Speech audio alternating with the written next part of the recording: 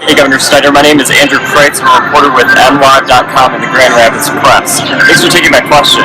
Following the tragedies in Ferguson, Missouri and New York City, the issue of police body cameras have been a hot topic here in Grand Rapids. Can you explain your views on equipping police officers with body cameras, including state police?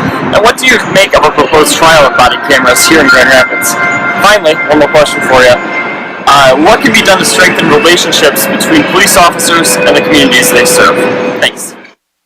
Yeah, Andrew, you asked several questions. That was good, how you managed to sneak in some extras while you're at it. I appreciate that.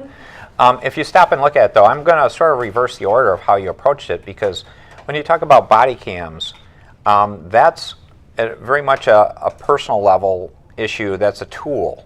The bigger question is, how do you address potential concerns about what the police are doing and the whole issue of racial affairs, and how do you manage the big picture? Because that's the part I focus in on, and then say within that context, how do body cams fit? Mm-hmm. And so what I would say in Michigan, we've been proactive on that whole question. Ferguson and the incident in New York actually are causing us to redouble our efforts, but we had spent a fair amount of time saying, how do we build good community relations between the criminal justice system and communities? So over the last year, we've had actually two places we had great sessions were in Flint and Saginaw. And I went to the one in Flint. They had more than one there, where we convened the community by bringing the criminal justice sector together, both local law enforcement, state law enforcement, prosecutors, judges, the whole system, and also brought in community leaders, faith-based leaders, the mayor, city council representation, and talked about this issue about if we have incidences, how do we make sure we have good relations? How do we avoid that incident to happen at all? Mm-hmm. But if something happens, how do you respond? To be very proactive, to be on top of it. And in fact, I did another meeting just this week to say we have a good start, but as I said, with these situations, let's make sure we're being even more thoughtful and thorough about defining good community relationships and then procedures if you have issues that need to be addressed effectively.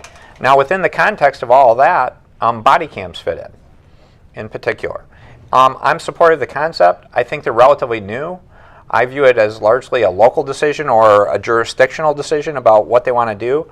I think it's important to pilot them to find out the best way to use them, strike the right balance, because it's not an inexpensive option. So I think it's great that people are deploying them now in some thoughtful way, and then as you get experience, hopefully we can continue to developing what are best practices for body cams.